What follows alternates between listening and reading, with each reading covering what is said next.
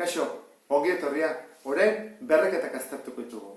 Lehenengo nola idazten dira. Idazteta zenbaki bat, gainean eskubirago txikiago bat, eta bere behin emaitza. Orduan, izango genuke, bekoa bi berrekizuna da, goian zenbaki txiki hori berretzailea, eta emaitza berretura. Esaten da, bi berzazpi. Oda, iru berbi, edo iruaren karratua, edo iruaren berbidura. Hau, lau berriru, edo lauren kuboa. Hau, hamar ber bost, eta hau, hamar ber zazpi. Hemen ber esaten da. Orduan, guazen lehenengo kalkulo egitea. Bi berzazpi. Bi berzazpi da biderketa laburtua. Berez da, biderbi. Bat, bi, iru, lau, bost, sei, zazpi aldiz. Biderketa laburra izanik, hasi barka honek egiten, biderbi. Orduan, biren kasua besa da. Baina, beste kasu batzutan, ez badakiko oso ondo, hobeda jartzea horrela.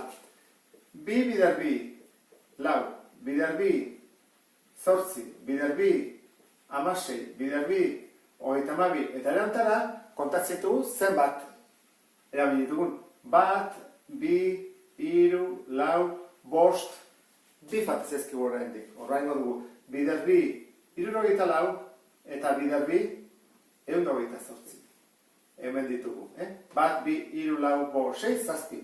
Zazpi aldiz erabili ditugu, emaitza izango litzake, 128. Hau ondatortzen da, zenbaki asko biderkatu behar ditugu. Hemen, iru berbi, iruren karratua erresagoa da iru bider iru. Bederatzi. Hemen, lau berriru.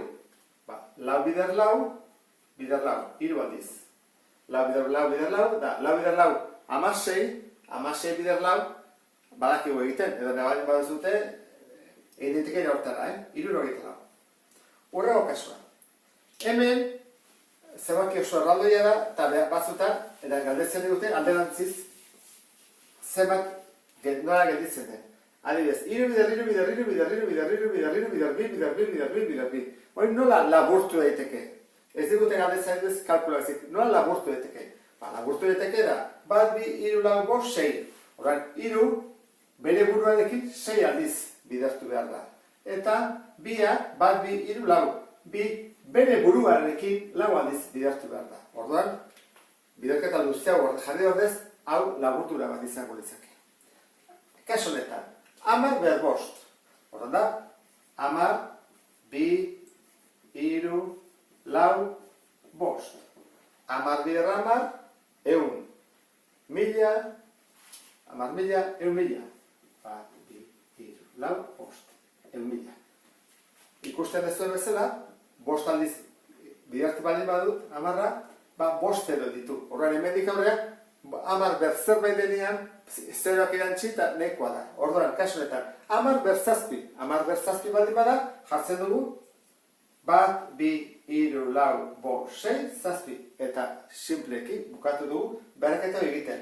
Honen izena zen izango litzake, bat, bi, iru, 10 milioi. Sarrera ondo ulertu ez dutelakoan, beste bat arte, agur.